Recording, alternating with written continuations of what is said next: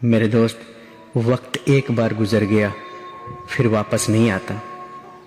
चलिए एक कहानी सुनाता हूँ, बहुत कुछ समझ में आएगी आपको। एक बार एक गांव में एक बर्तन बेचने वाला व्यापारी आता है। गर्मी का मौसम था, धूप बहुत ज़्यादा थी। पैरों में उसके टूटे हुए चप्पल थे, कंधे पर फटा हुआ गमछा। एक हाथ से पसीना पोंछता तो दूसरे से बर्तन से लदे साइकिल खींचता। तपतपाती हुई गर्मी में सभी लोग अपने अपने घरों में आराम कर रहे थे। तभी जोर जोर से चिल्लाते हुए बर्तन ले लो, बर्तन ले लो कहते हुए गांव के चौराहे पर वो आ गया। तभी मेरे दोस्त, किसी ने उसे रुकने को कहा।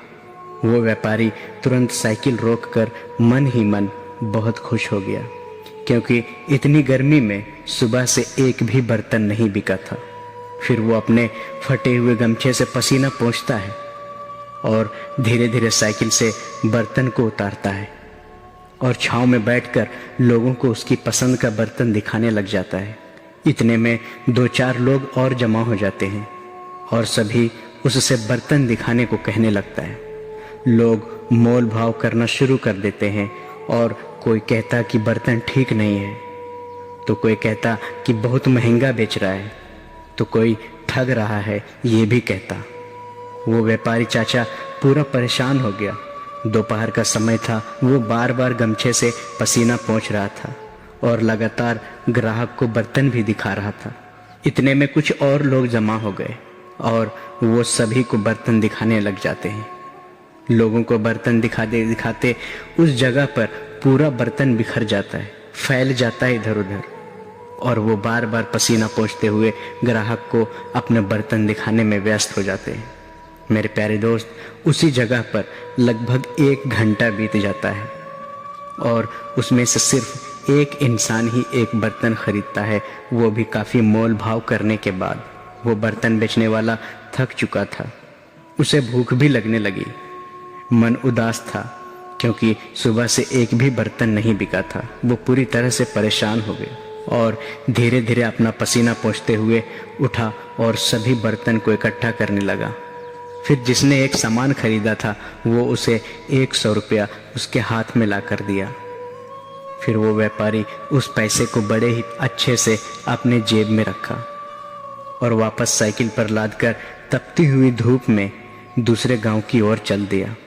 कुछ दूर गांव के किनारे एक पेड़ के पास कुआं था। वहां वो अपना हाथ पांव धोकर साइकिल को बगल में खड़ी करके अपने साथ रोटी, नमक और प्याज के साथ हरी मिर्च जो लाया था, वो पेड़ के नीचे बैठकर मन ही मन उदास होकर अपना भोजन करने लगा। मेरे दोस्त, ये बिल्कुल सच्ची घटना है। जब मैं उसके पीछे पीछे जाकर पूछा कि चाचा, इतने धूप में, गर्मी में ग्राहक आपको इतनी देर बैठा कर रखा और सिर्फ एक बर्तन खरीदा, आपको परेशान भी किया, आपने उसे कुछ कहा क्यों नहीं? व्यापारी चाचा ने कोई जवाब नहीं दिया। मैंने फिर यही सवाल पूछा तो इस बार मेरी ओर देखकर कहा कि बेटे, कल मेरे बच्चे का स्कूल फीस जमा करना है, इसीलिए इतनी गर्मी में धूप में घर से निकला हूँ। मेरे दोस्त, ये बात कहते कहते उसकी आंखों में आंसू आ गए और कहने लगा, बेटे क्या करूँ, अब इस उम्र में अच्छे से चला भी नहीं जाता। इतनी गर्मी में हाथ पांव कांपता है, पर क्या करूं? आज मैं थोड़ा तकलीफ सह लूँगा तो कल मेरा बच्चा पढ़ लिख कर वो बेहतर बनाएगा अपनी ज़िंदगी को वो संवार लेगा, तो कम से कम हमारी तरह उसे इतनी गर्मी में चलना नहीं पड़ेगा। मेरे प्यारे दोस्त, इतना सब कुछ देखकर मेरे आंखों में भी आंसू आ गए और ये एक सच्ची घटना है मेरे दोस्त। कहानी सुनाने का मकसद सिर्फ यही था कि देखो, एक माँ बाप अपने बच्चे की भविष्य बनाने के लिए कितनी मेहनतें करता है, कितना कुछ करता है, और तुम ध्यान से नहीं पढ़ते हो। वो आपकी कामयाबी के लिए इतना सब कुछ करता है, इतना दर्द सहता है। मेरे प्यारे दोस्त, अभी आपको पढ़ने का मौका मिला है, ज़िंदगी को बनाने का मौका मिला है। अपने आप को सफल इंसान बनाओ ताकि आने वाले वक्त में आपका भविष्य सुनहरा हो। इसलिए मैं हमेशा कहता हूँ कि अभी वक्त है, इसे संवार ले। उस माँ बाप का तू सोना है तो कर मेहनत इतना कि एक दिन सफल होकर फख्र से माँ बाप का सीना चौड़ा करके दिखा दे।